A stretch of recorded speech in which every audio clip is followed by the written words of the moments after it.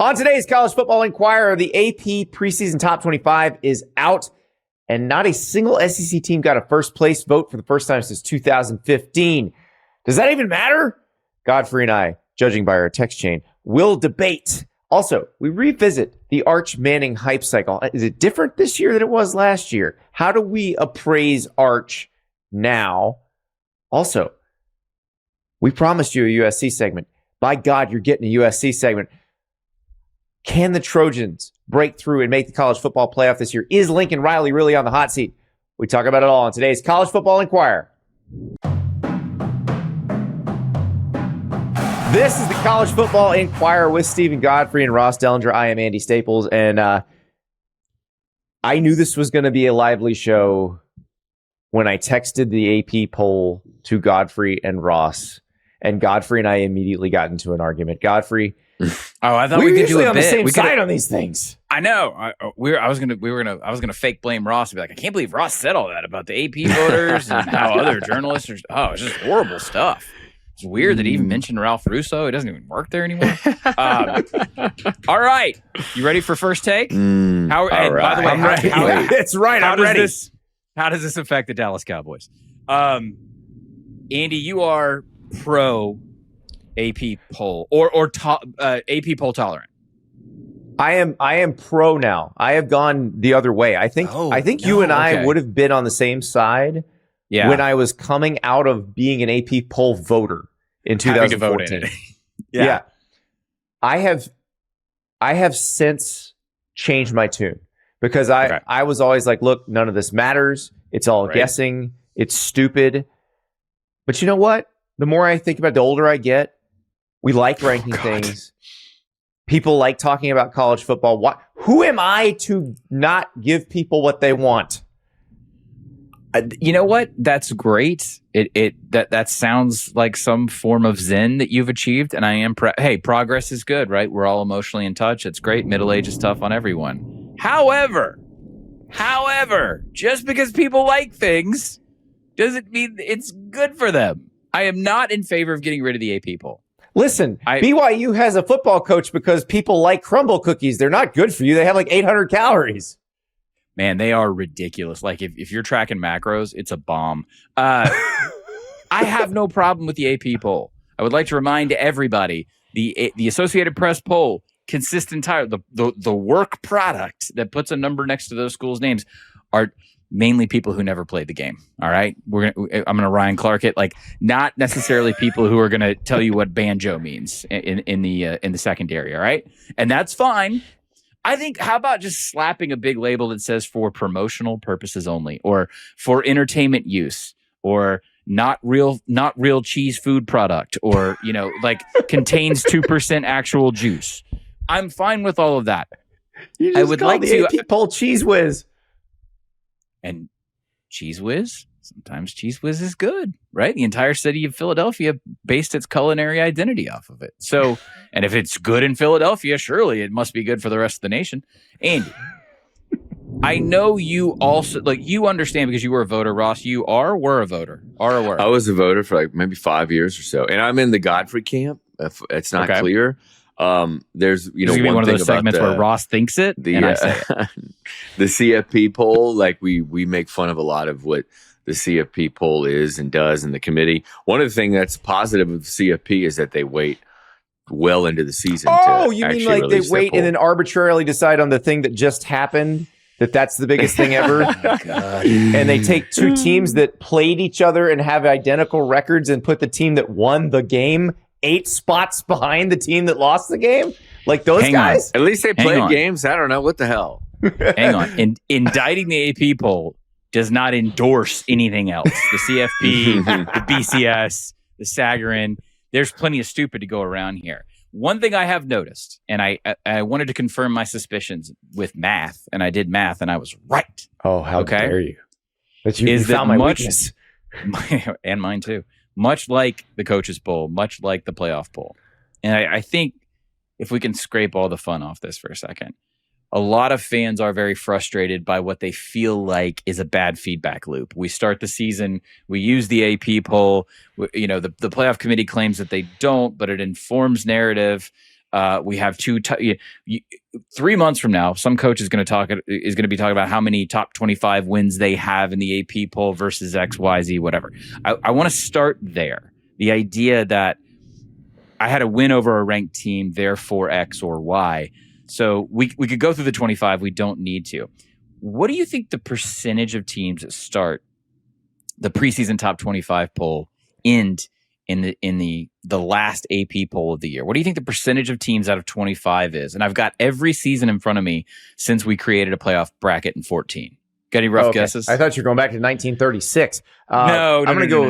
You know, post polio and integration, I figured we would maybe adapt. So I'm going to go with 50. I was going to go with 60%. Here's the interesting trend. This is not just an indictment on the AP poll. I think you could probably find the same data. I didn't pull it for the coaches poll. I didn't pull it for any of the other poll. Like I could text Bill Connolly. I'm sure he's had aberration in his numbers since the playoff began. But you look at 2014, 64% of the preseason top 25 finished the year in the final top 25. And if anything, that kind of feels like we're bolstering merit. In fact, I could do you one better. The halcyon season of 2019. There was no COVID. Things were great. That's the only one of the last 23 years, according to my colleague Brett McMurphy, that a team from the top 10 did not finish unranked. So in 23 of the past 24 seasons, at least one team that was ranked in the top 10 of the preseason AP poll finished completely unranked. So that was 68%, Andy. It also happened in 2023 as an aberration. Those are outlier years, and this is where I'm headed. We crater after that. Once the 4-team evolves into the 12-team format, and then really starting in 2022, you start to feel the effect of the transfer portal. You start to feel the effect of the fluidity of rosters. In 2022, only 10 of the 25 preseason teams made it. That's an incredibly low number, 40%. Last season was almost dead half, 52%, 13 to 25. And the year before it was 48%. It was only 12 teams. If you want to do this, I think that's totally fine, Andy. We're all filling time. So we all got to have a conversation. Missed the playoff because they weren't ranked in the preseason top 25? Which year? Any year. Again, you're not going to be able to name anybody because there's not anybody. I don't think that the AP poll, the coaches poll, or any form of preseason prognostication is authoring a team's demise.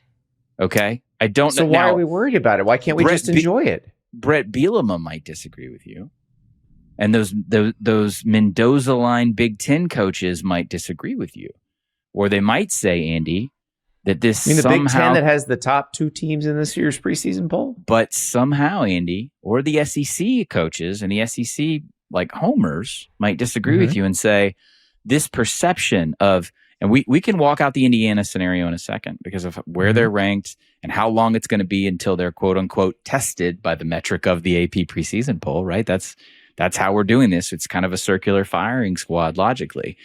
What if you're an SEC coach, Andy, and you're saying, well, this team was overseeded because of the perception it had, because of the amount of AP top 25, blah, blah, blah, poll wins. But they're not.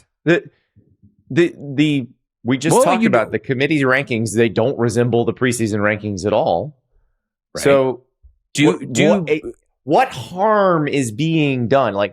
Give me teams that were actually harmed by this. No one ever can. And yet I found it to be a really, really prevalent talking point, optimized by both sides of the Big Ten SEC debate this offseason, where both feel like it's somehow improperly benefiting or overly promoting the other. You mean the people who are trying to make their case to people who aren't actually looking at facts, but just thinking based on feelings, are just trying to emotionally manipulate them into saying they're again you. They're not. Let me push it forward for a second. Literally no team you can name that was harmed by any of this ever. Let me push it forward for a second, because I know all of us individually will be tasked with, whether it be an article you have to write or a podcast you have to fill time in or a radio hit.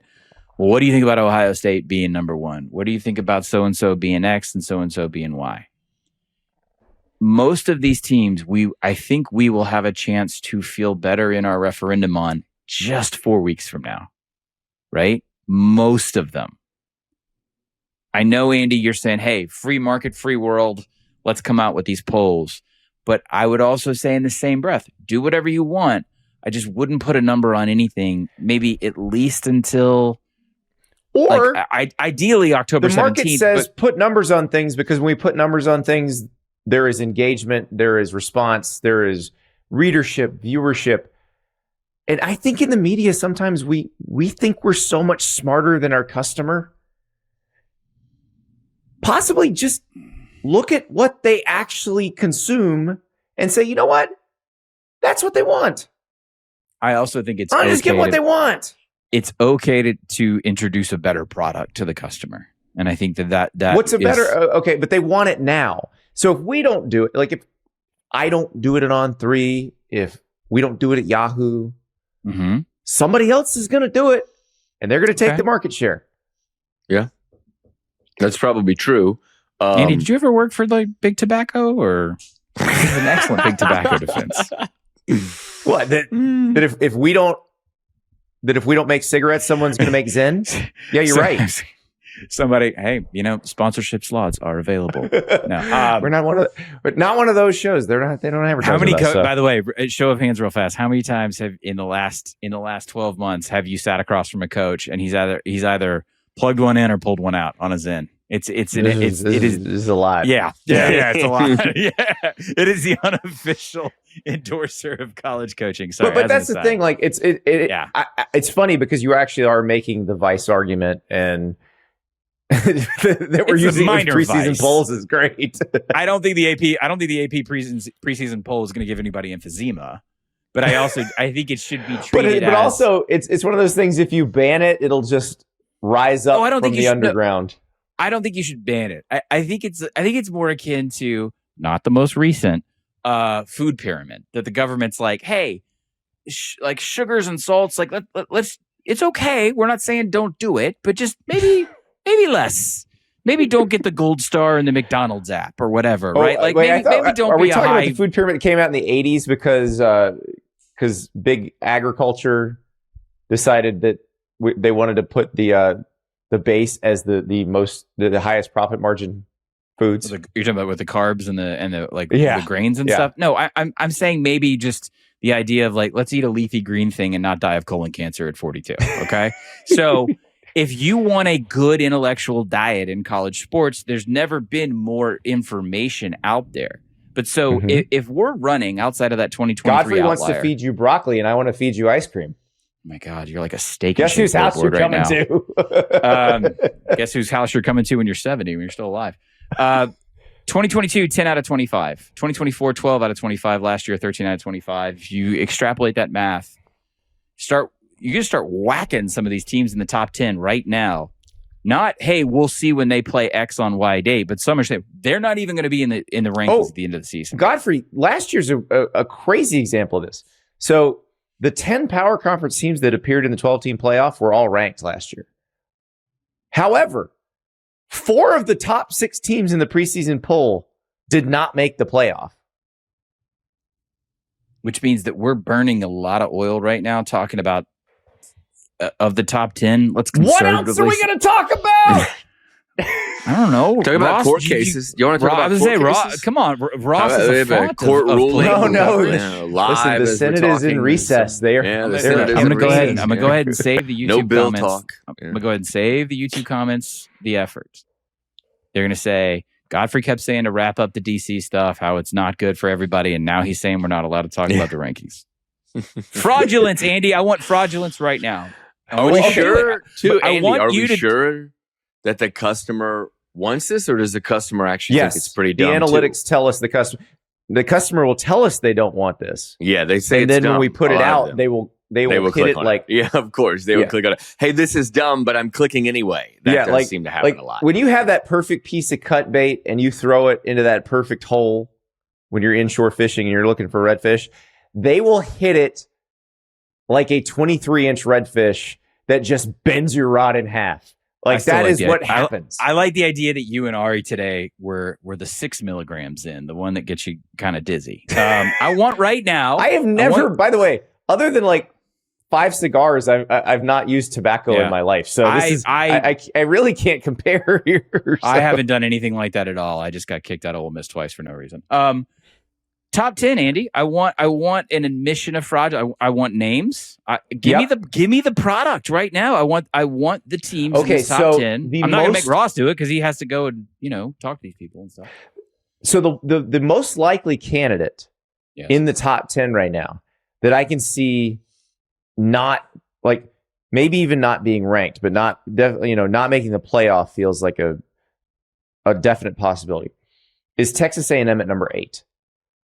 Their conference schedule looks to be, granted this is on paper, but looks to be more difficult than last year's was. Last year they played 8 SEC games, 7 were against the bottom 7 teams in the league, and then they played Texas and lost. So now they did go to Notre Dame and win. So it's not like they were a bad team, but they did benefit from a very lucky SEC schedule draw. I don't know that A&M is appreciably better than it was last year. They may be the same. They may be slightly better. They may be slightly worse. But if the schedule is significantly harder, you're asking a lot to expect them to make the playoff again.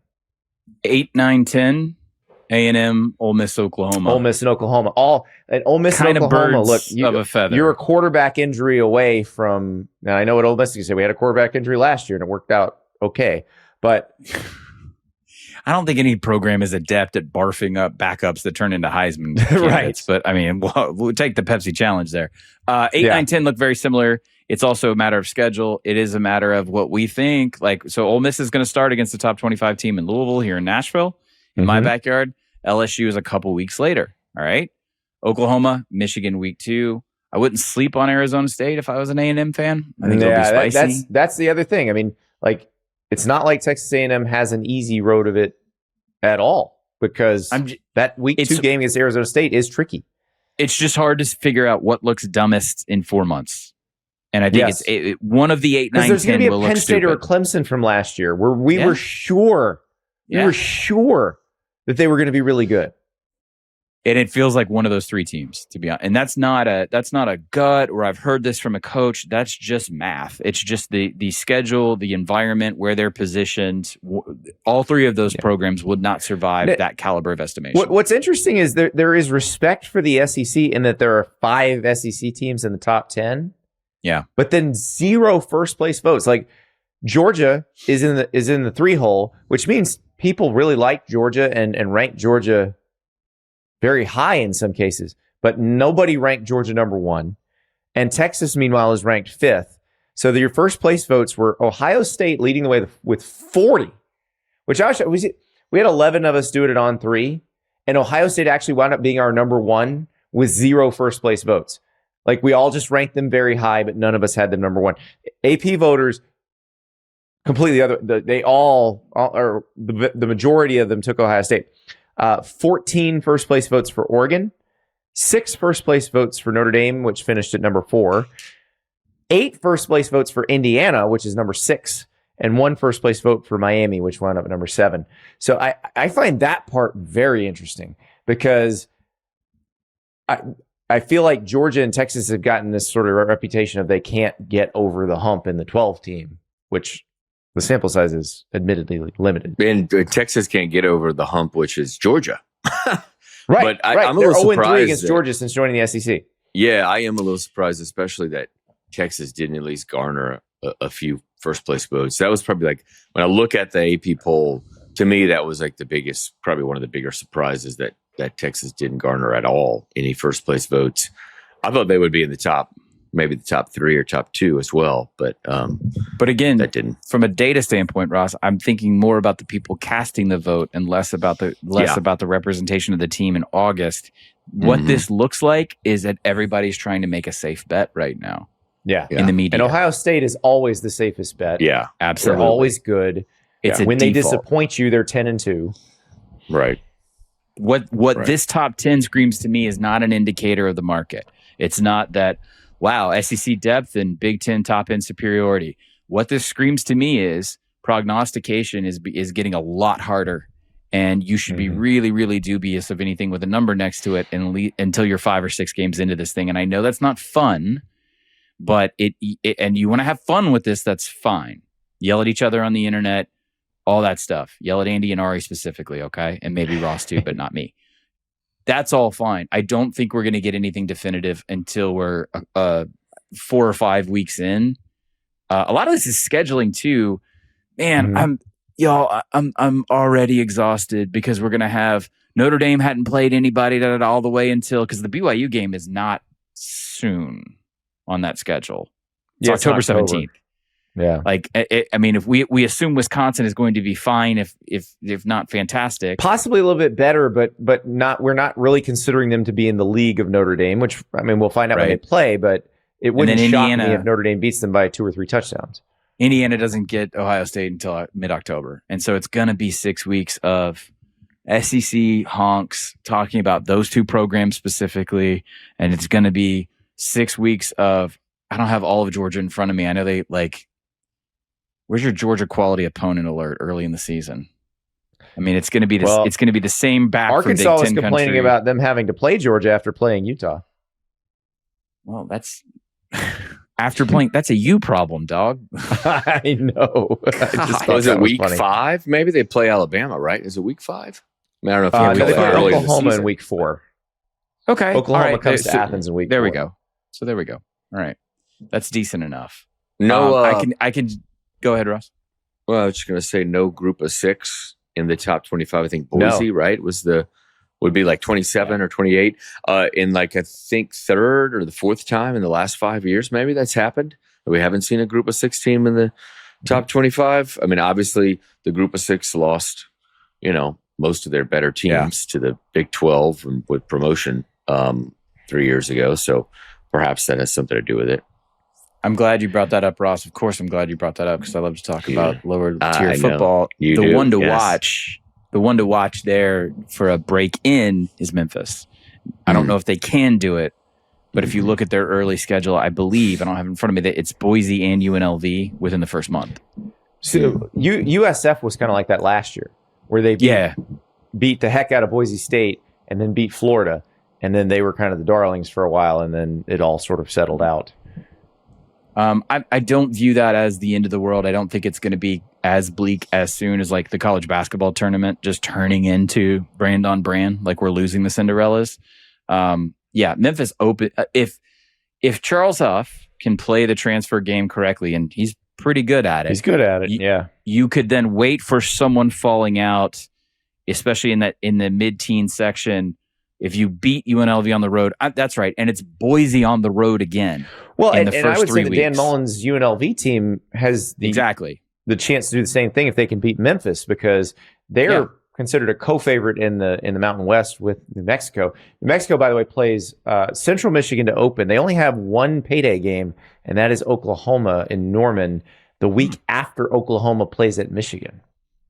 UNLV, I don't you see. Memphis is probably pole position. UNLV is not far behind him, Andy. It's Memphis, Hawaii, UNT, and it's not Morris Mestamaker. So it might take a little time for people to notice, but someone from that group will have a number next to their name by the end of September.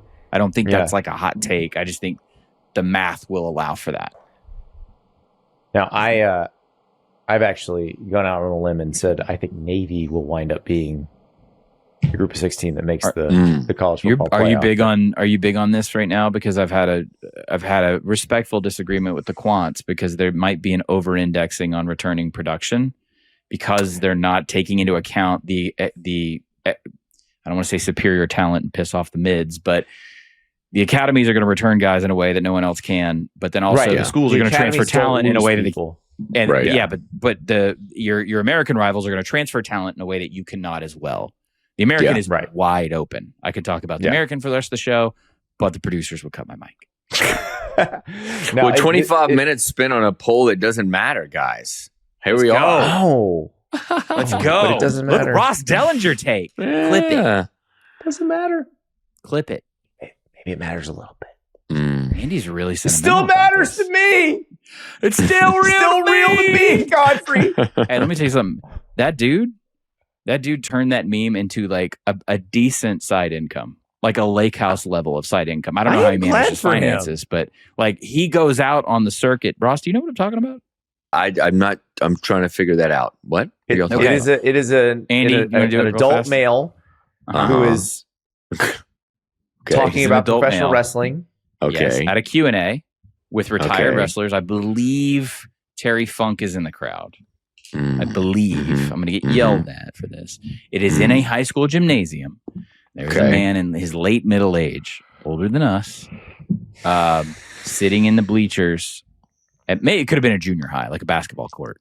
And in the middle of asking questions of retired professional wrestlers, he gets choked up, verklempt, if you will, and then sort of blurts out like an emotional release in therapy saying, "It's still real to me, damn it." Talking about the actual narrative structure of... Yeah, he misses kayfabe. A lot. Who does it? So, I don't know how you could in today's world. There's plenty of it around. Well, this was not kayfabe. Like, Godfrey and I legitimately disagree on this topic, and which is rare. I'm curious to know how everybody in the audience feels about this. So you know where to find us on the social media channels. Like, let me know how you feel about this, because I was in the camp that Godfrey's in. I was in that camp, and the older I get, the more I'm just like, people seem to like it, so why don't we just enjoy it? Why don't we just lean into it? We're leaning. 27 minutes now. So I have to be the cynic again, is what you're saying. That's how I'm getting painted. You are the cynic. You are the hipster. I'm saying just take this for what it's worth, okay? Which ain't nothing. It's a bunch of dorks in a press box who didn't watch any other damn game this week, okay? They're barely making enough to survive, okay? Yeah. Like, don't expect expertise from the media. I remember when Boise State was playing small coffee shops. Thank you, Brad, by the way, our producer, who chimes in with hipster wearing Lacoste. Thank you. Hey, it might have come around. Thank you, Dellenger. Actually, Dellenger. Speaking of things coming around, we need to talk. It just covers my tattoos. We need to talk about Arch Manning coming back around, because I have a theory about the Arch Manning hype cycle. We are back at the College Football Enquirer. By the way, if you want to see us yelling at each other about the Associated Press poll, you're going to have a chance. Starting August 27th, Yahoo is launching a college football YouTube channel. You will find our stuff. You will find college football fantasy content. You will find everything you need to get you ready for the college football season. So when that sucker drops, August 27th, make sure to subscribe to the Yahoo Sports College Football YouTube channel and never miss an episode of the College Football Enquirer. Gentlemen, we need to talk about the Arch Manning hype cycle, because I am fascinated by this whole thing, because last year at this time, Arch Manning was a possibility. Arch Manning was ethereal. Like, he didn't actually exist. And it was kind of Schrodinger's quarterback. And we didn't get to open the box until the Ohio State game, and the cat was dead. But God, Andy. That might be because his offensive line might not have been that good right off the bat. Yeah. And sure enough, as the season went along and the line play got better, Arch got better. Like, I'm curious where we're at on Arch coming into the season. Not necessarily the draft Knicks, because they're going to be their own people on this, but like college football discourse in general, where are we at on Arch? Ross stopped profiling him. That's why he got better. I know. Ross and the media. Hey, you know what's funny? We're coming up on a year anniversary of this iteration of the show. That was the first time, Ross, I remember you got like spicy. Because you really spicy? Yeah, but the sort of whiplash around, he's being hyped up too much. And you had written kind of this standard takeout piece and all that. Do you remember what I'm talking about? It was like a little bit, a week-ish before the season. Right. Yeah, I'd visited there in early August, and how dare you? Met with him, and then he went to media days last year too, just like he did, this year. I mean, his media day circuit this year, I could just feel a difference. Just wasn't like we all saw last year, and I think that's indicative of a player that Andy asking, like, where are we?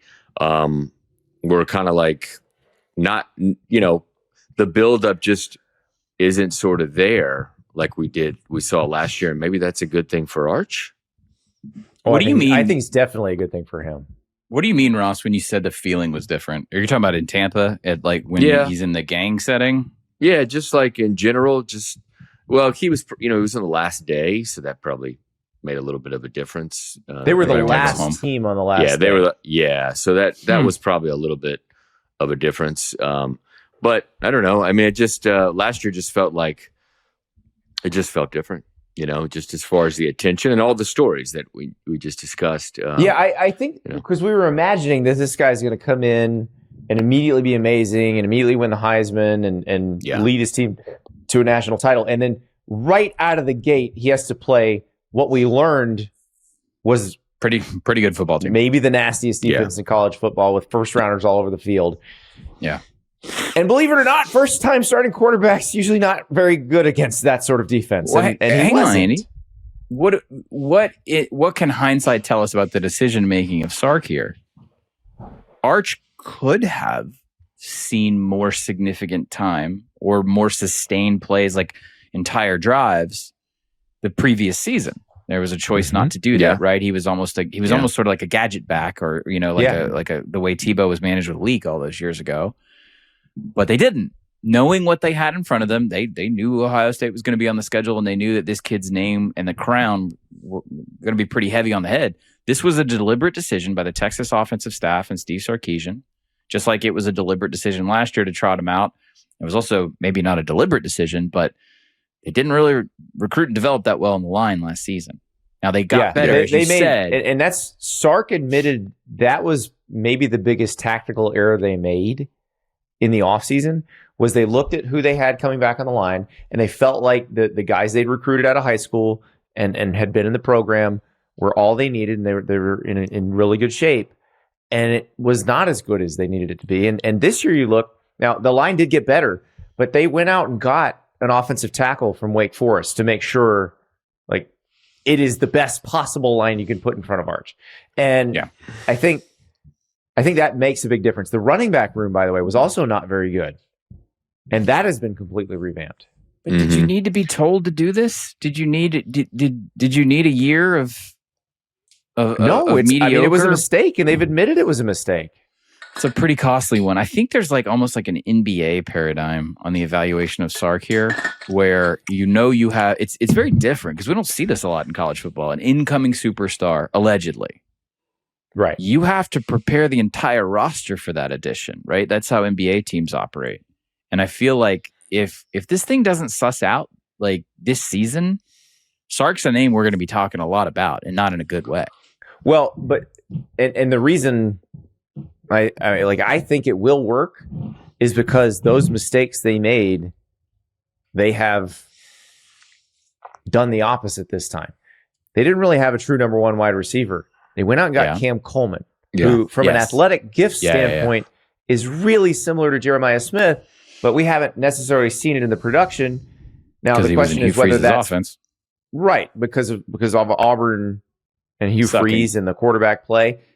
But it could be that they did correct those mistakes, and now you've got Arch Manning a year older, year wiser. But I still feel like even with all that, we're not hyping him up as much. Like, I'm not expecting Arch to win the Heisman this year. Now, maybe the draftniks think he's going to go number one. No preseason story for Ross this year. Not on Arch. So somebody else. So you're not cursing him, is what you're saying? No, I'm not cursing him. So what do you got coming out next week? No reason. Just curious. Oh, who are you cursing this week? Goolsby. Bowlesby? Did you say Bob Bowlesby? Oh. Trevor Gooseby. Yeah, the tackle. Gooseby. Yes. Gooseby, the tackle at Texas. Okay. Who was hurt during that Ohio State game. Hurt pretty bad with his hand and stuff. That probably contributed to a lot of this. Yes, and Trevor Gooseby is excellent, freak athlete, the type of people the NFL guys will love. And so, all these factors together, I find it fascinating because we actually should be hyping up Arch now the way we hyped him up last year, but we learned our lesson last year, so we're not doing it. Andy, you said you think it's going to work out. what is the math on workout? Like, you think it's going to make the playoff, win some games in the playoff? Like, once you're in the playoff, it's sort of everybody's good. Can they compete for the national title? They absolutely should. Whoa. Hang on. Mm-hmm. I would push back on just make the playoff. Oh, no, I'm not saying just like you need to win some games in the playoff. Yeah, okay, yeah. Final Four and things don't work out. That's understandable. Mm-hmm. But I think that's the floor when it comes to expectations. You've got to at least get there. It's kind of Final Four or bust. Which is fine. That's a reasonable expectation given the amount Texas has spent on its roster, given the amount of talent they have on the roster. Like that, you're not asking them to do something they can't do. No, but I think that, a lot of schools have tried or kind of banging their heads against the wall, measuring the Signetti methodology against what they have or haven't succeeded with. And I really am. The way you phrased it really like sticks with me if I'm a Texas fan, certainly if I'm stroking any checks. The idea of, we need a Cam Coleman. Yeah, or, we need to use the portal to supplement our line development. That's not the kind of discovery you want to make mid-voyage when you have a legacy name at quarterback. But the thing is, if it works, they made it, and great. If it doesn't work, then you can deal with that after there's still season. time. What you're saying is there's still time, yes. But you're on a deadline now. And the deadline is a double-digit win total in the playoff, yeah. Well, also, you did give them everything they needed now. Like, you went out and you got the most coveted receiver in the portal. And having spoken to Chris Del Conte in the past, there's a quote that keeps showing up where he says, like, my job is to remove any hindrance from my coaches. And then if we don't have success, then we evaluate it. It's like I work for them in supplying them. And this feels a lot like, I'm not going to say it's Penn State. All right. But what I'm saying is it feels like a situation. No. I think that's an interesting comparison because James Franklin forever at Penn State was saying, I need this, I need this, I need this. We don't have Ohio State. Yeah. The administration was saying, do you need all of this? How many times would James Franklin off the record compare some situation in Happy Valley to what Ohio State had that he did not? Yeah, a lot. Right. Yeah. A lot. Right. And so last year, and James Franklin will freely admit this, on the record, they gave him all of this. Mm-hmm. Or at least the most all of this version Penn State was ever going to give. And then it went kersplat. They lose to Oregon, they lose to UCLA, they lose to Northwestern, and it's over. It became easier then for them to make that decision. I think they've been given Sark, probably a lot for a while, which is probably why expectations are to that level. That's a good comparison, but I just don't think that Sark, didn't have what he needed previously. No. Sark had what he needed. He did not. He didn't have a roster. He chose not to pursue what he needed. Last offseason, and this year he went and got it. I don't think. Well, I don't think Texas would have said no. That sounds like Hugh Freeze last year. But Hugh Freeze, I know, and I'm not trying to piss off Texas fans. I'm not trying to piss off Texas fans, but I'm telling you that was the same Hugh Freeze going, "Oh, things are different now. Oh, golly!" But he didn't. He didn't learn, and he demonstrated he didn't learn. This is, I think, demonstrating. You have learned, and it's an opposite scenario from a personnel perspective, in which Texas executed and succeeded on getting the legacy giant 5-star sure thing quarterback, whereas that free situation was like, quarterback's not that big a deal. Yes. Which just still blows my mind from a guy who somehow used to make quarterbacks look really good. And then Bro Wallace, Dr. Bo. I'm sorry I called you Auburn. Swag Texas. Kelly? Mm-hmm. We're recording at a different time and I'm a little hungry. So Texas, I'm sorry I called you Auburn. I'm sure a simple apology will do. I just think Cam Coleman heard that and was like, what? I just got a Texag subscription for life. This is why I'm so high on Texas this year is they do seem to have corrected the mistakes they made. We have, I think, corrected the arch hype mistakes that we have made. That Ross made. Yes. dare you? The man is just writing about the guy everybody was talking about. Ross, in all seriousness, you did the one standard, and then did you cover one or two games there? Maybe like it's funny. I'm doing this as a bit, obviously, but you did like what, one feature and a couple gamers? I mean, yeah, probably, yeah. Well, I covered the Texas-Ohio State game, and then how dare you? You forgot about him. Yeah. Then I don't think I covered any other game. I'm trying to remember. I don't remember. And maybe it was my first in-person exposure to Arch that is flavoring my opinion a little bit. Mine was the Texas-Oklahoma game where against a very good defense, he suddenly clicked for the first time. Are you talking about a week after he lost to Florida? Yeah, that was his best. I remember his best game of the year, even though he didn't have a lot of passing yards. That was one of his better games. He was running for his life a lot of it, and still managed to play well. So that may be influencing me too much, but okay. I'm interested to see how it goes, because I don't think anyone would have lived up to the expectations that we as a population placed on Arch last year. Yeah. I think it's possible to live up to what we're placing on him now, because we're not doing the Bino Cook, Ron Pallas, 2 Heisman's thing. Mm-hmm. Right. It's funny though, and yet we're still not applying this to Julian Sayin or somebody like that. Some of it is the last name. It really is. And that's okay. It definitely is. He's much more interesting because of the last name. Julian Sayin has better hair. What do we need to apply to Julian Sayin? Julian Sayin started for Ohio State, was incredibly effective. There will be people who say he's a Jeremiah Smith merchant, but I don't think he is. I mean, who cares? He's unbelievably accurate. You know about who cares, Andy? Like if how dare you get the ball to your 5-star wide receiver? I know, exactly. In a way, he can catch it. I also think Julian Sayin is going to be better this year than he was last year. Like he's put in some work this offseason. Like you see him in person, it's like, okay, this is a little bit different, because he seemed kind of scrawny last year. He ain't scrawny now. Yeah.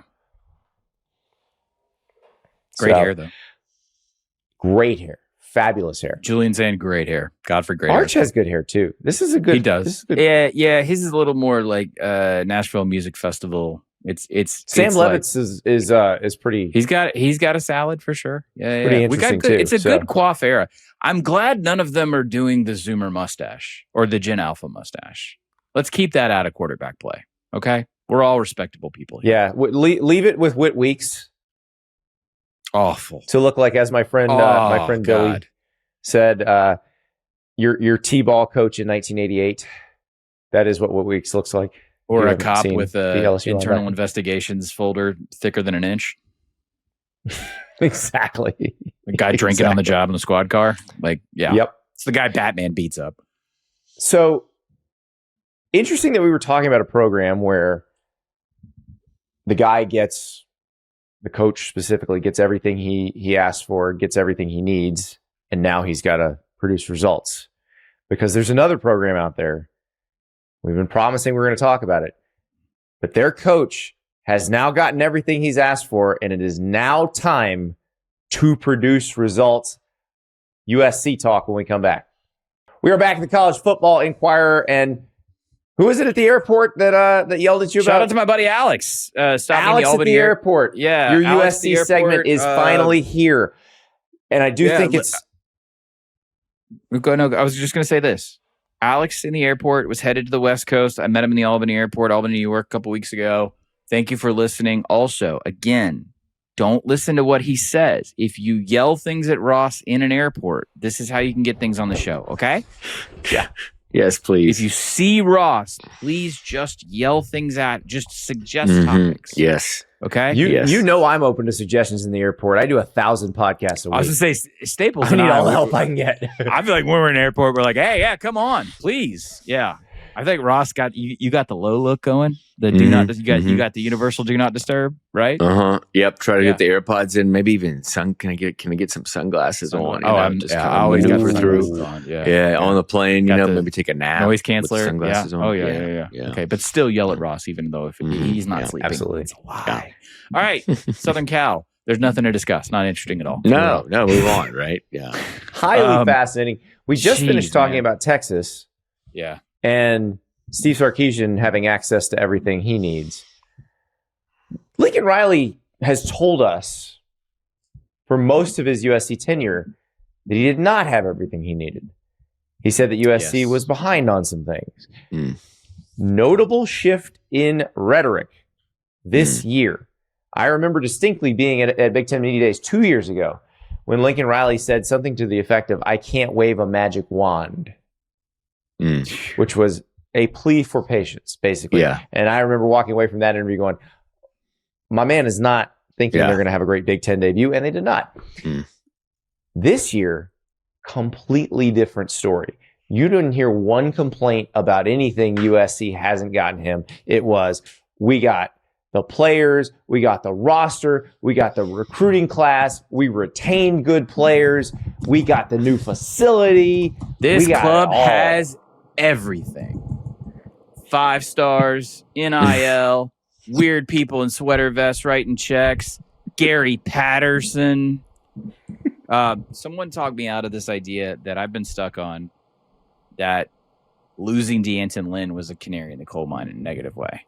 And everyone yells alma mater at me, and I feel like a lot was invested, both financially and then sort of in the narrative that USC was building towards something with that defensive hire, with what they wanted to do. And then for him to... You can never be sure you're going to keep a coordinator, because they could be hired as a head coach. They could get a better offer as a coordinator. Yes, I agree. But then take another step back. Think about how long he hung on to Grinch, and how, that was... Well, nobody was trying to hire him away. That's part of the problem. No, but you can fire him. You're the head coach. Right. Like, he hung on to him too long, and then Lynn was going to be the fix. But that was then. This is the new USC. This is exactly what we're talking about, Godfrey, because... Andy Staples, combatively positive, is the theme today. No, I'm not. No? I'm not. On USC, I'm about to turn it negative. Heel turn. Do it. There's a reason we keep putting Lincoln Riley on hot seat lists, even though he is telling us he now has everything he needs to succeed at USC. Also, he's got a buyout of like $70 or $80 million. There's that too. Massive buyout. Yeah, massive buyout. Didn't stop. It's still Jimbo didn't stop James Franklin from getting fired. Didn't stop Brian Kelly from getting fired. True. Didn't stop Jimbo from getting fired. Massive buyout. But USC has dumped a ton of resources into this new football building, into a recruiting class that just showed up on campus. All of this stuff has happened. And it is now put up or shut up time for Lincoln Riley. And I think he understands that, which I think is the reason for the change in rhetoric. Sounds like what Ross just suggested is that, if I'm hearing this right, Heritage Hall, y'all a bunch of broke boys and you can't do it. Oh, they're not broke. They've been spending. I'm just here to see it burn. All right, let me flip this real fast, Andy, because we kind of joked and talked. We were going to position this segment, and it was going to be shaped around the questions against or criticisms to this point. Can this thing break good? Yes, absolutely. It's something that I haven't spent a lot of time thinking about, because the negative questions stack so easily against Lincoln. They retained their best players. Like this time last year, they had lost their best offensive lineman went to Oregon last offseason. Like, they were getting poached. You should never be getting poached when you're a playoff contender. Yeah.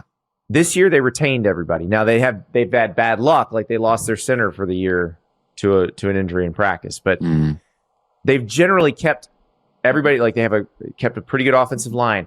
Jaden Mayava is one of the best quarterbacks in the country. Then they went into the portal, and they got guys like Terrell Anderson from NC State, the receiver. They have... a talented roster. They lost D'Anton Lynn. They brought in Gary P. Where we think Gary P is a trust to call defenses, Godfrey. Where we think the Gary P defense is at in the year of our Lord 2026? I'm just asking. I'm not worried about the Gary P defenses. Listen, we're not hiring Gary P as a head coach in the NIL era. We're hiring Gary P to run the defense. We're giving. Don't get in front of that mic. Don't be complaining. We got Chad Bowden doing the payroll, the GM. Okay. He's doing the payroll. No, Gary P's calling the X's and O's. That's a schematic question. That's I was just curious. We'll see. Because I know Lincoln framed this as I hired the guy who vexed me. And so we'll see if that works. I'm just asking questions. They're you look at their schedule, their first 4 are San Jose State, Fresno State, Louisiana, and at Rutgers. They also then get 2 home games, Oregon and Washington. So they're on the road 1 in their first 6 games. But that Oregon game is, I think, maybe the most important game for any team in the country this year, because Oregon's their measuring stick. When they sign players that Oregon wants, now they're talking trash on the internet because Oregon's been the one swiping players from them for the last, basically since Stanley's been there. Well, they're going to be favored in every game except that one for the first 6 at least, first 7 because but the problem is at Wisconsin, Oregon, Washington at Penn State as a 3-week stretch, is pretty brutal. Yeah. Most important game for any team this season?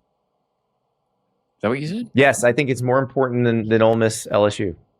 Well, that's not actually important. That's not actually important. That's just a bunch of feelings. Oregon's the measuring stick, because if you are once again found wanting playing Oregon, because the game last year was one of those where they get within 7 and then immediately go back down 2 touchdowns, get within 7 again, immediately go back down 2 touchdowns. Like Oregon just toyed with them, and I think, this is a great argument. I'm not going to try and. I just feel compelled to mention Notre Dame missed the playoff entirely, and the way their schedule shakes out is by the time they get to that Miami game or even BYU, they may have actually convinced themselves they can't lose a game this year. That's the only one. And Notre Dame not playing USC because USC is ducking them because the Big Ten schedule for USC is hard. Are you implying that I put Notre Dame in this segment for a reason?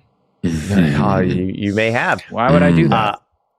USC ducked Notre Dame this year because they play Oregon, Washington, and Penn State 3 weeks in a row. And Lincoln also, heard they were going to the SEC. They play Ohio State on Halloween at the Coliseum, then have to turn around 2 weeks later and play Indiana and Bloomington.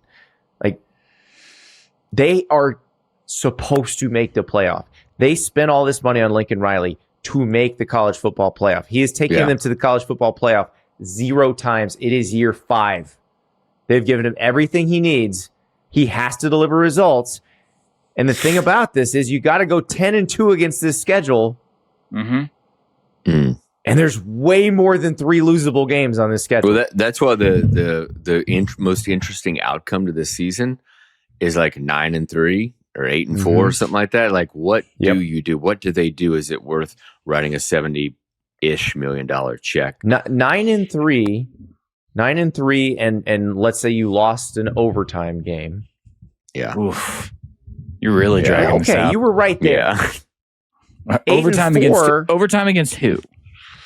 Let's say Oregon. Let's say 8-4, and you lost to Oregon, Penn State.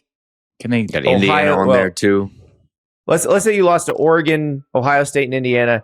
You beat Washington and Penn State, but you lost at Wisconsin, and now you're 8-4. No one's going to request segments in the airport anymore because I think we're dragging Alex through the emotional gutter here. They lose guys. by If it's 8-4, I think something happens. It's a field goal in the rain, lost to Maryland. Yeah. Feels like an 8-4. What if Bob Chesney is that guy at UCLA? Oh, there's that too. Yeah. This is what I want to talk about. Yeah. I'm dubious of what UCLA just is turns putting into out. UCLA segment. Yeah. Sorry, Alex. No one talked to me at the end. I'm really dubious of this claim that we're good to go. The Wassermans are behind all that stuff that UCLA is putting out right now. I'm highly skeptical of. In terms of the funding, highly skeptical that Bob Chesney is a good legit coach. Yes, that's what I was trying to say. But I don't think they're suddenly going to go 9-3. Not everybody's going to be Kurt Signetti. Yeah, but I totally agree with you. But again, what if? Now I got to pull up the UCLA schedule. Hang on, somebody vamp for me. It's like we're live. They open with Cal, which is going to be a really fun game. No, here's what I need for, again, sorry, Alex. What I need for maximum pain is things break the way you're talking about for USC. Here it is. Andy. Come on, give Godfrey's it to me. always looking for maximum pain. No, I'm just saying here. So we've outlined the obvious potholes for the USC schedule. If UCLA has that sort of November proof of concept, Bob Chesney is going to do something here, win en route to a 7 to 8 win season. That I think is what Andy was suggesting. Yes. Yes. What we got? What you got? Give me that win in November. What is it? Well, it could be Illinois, Michigan, or USC. What if it was Michigan? What if it was USC? Well, that's too easy. USC is that's maximum pain right there. Yeah. There's your overtime. Oh, there's your overtime loss. You don't have to make it complicated. There's your overtime. Can you imagine? Okay, they're 9-2 playing UCLA Thanks for listening in the Rose Bowl, and UCLA wins in overtime, like walks it off in overtime. Yeah, there's a big check, and there might be a big check going to be written. I don't know that. Well, they might be writing the check after that, Ross, even under those circumstances. Ross, here's the other problem with the check. It's like it's big. There was a joke years ago about the SEC coaching situation, and my old friend and boss Spencer Hall said the SEC could do well with a key party, which is a reference to the swinging 70s. If we had a couple wife swaps here, everybody would be better for it. If Kalen DeBoer could have Los Angeles, and you could put Lincoln's crotchety Oklahoma rear end in Lubbock, the overall Joey personality. McGuire in Tuscaloosa now? What are we doing here? We're putting Joey. I don't know. It's a key party. Lake house. Anyway, it just Lincoln. Here's the underlying thing. I think I actually talked to Alex about this a little bit. This poor guy unfortunately talked to me. I'm gonna help Alex out in a second, but you finish. There's never been USC fell in love with the resume. They didn't fall in love with the coach, and he's made it a lot harder than he should have for USC to rally around him. Yeah, I don't think he's USC material. Yes, there's a ton of self-inflicted wounds here. And I'm not even on the football field. It's just culturally he doesn't fit, and I think he knows it. And I think he wants out in a certain way. I think if an opportunity like Lubbock did emerge, I do think he would jump at it. And that's not a referendum against USC. I don't think it's a great fit. I don't think it ever has been. Now, if he rips off a Heisman quarterback again, because that was the value prop, right? Was this guy? This guy is churning transfers, organic, doesn't matter. He's going to give you a Heisman quarterback. USC loved the idea of that. So, yes, it can happen, to your point, Andy. And, yes, that schedule is also filled with opportunity. But none of us seem to ever talk about that part of it because none of us really think that's going to happen. About because, all right, go. I don't think that Lincoln changing his tune is all him reading the room. Because he's actually not been a great room reader throughout his career. Agreed. I think he really thinks they're going to be good, which means maybe they actually are. Yeah. Maybe they can make the playoff. Like they have a really good quarterback. They have Alex Van Summeren is the Michigan State D tackle. They're really excited about. Yeah, they got in the transfer portal. They look and feel different than a quote unquote typical Lincoln Riley team. They do.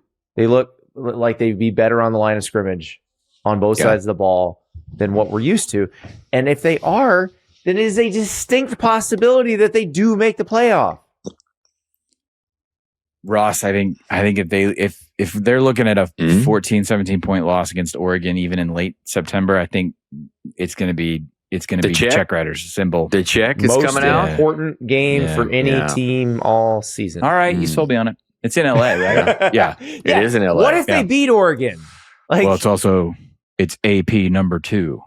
So that matters. They won't be AP number 2 after that. But what did the AP number 1 after that? What did the poll have USC as? 14th.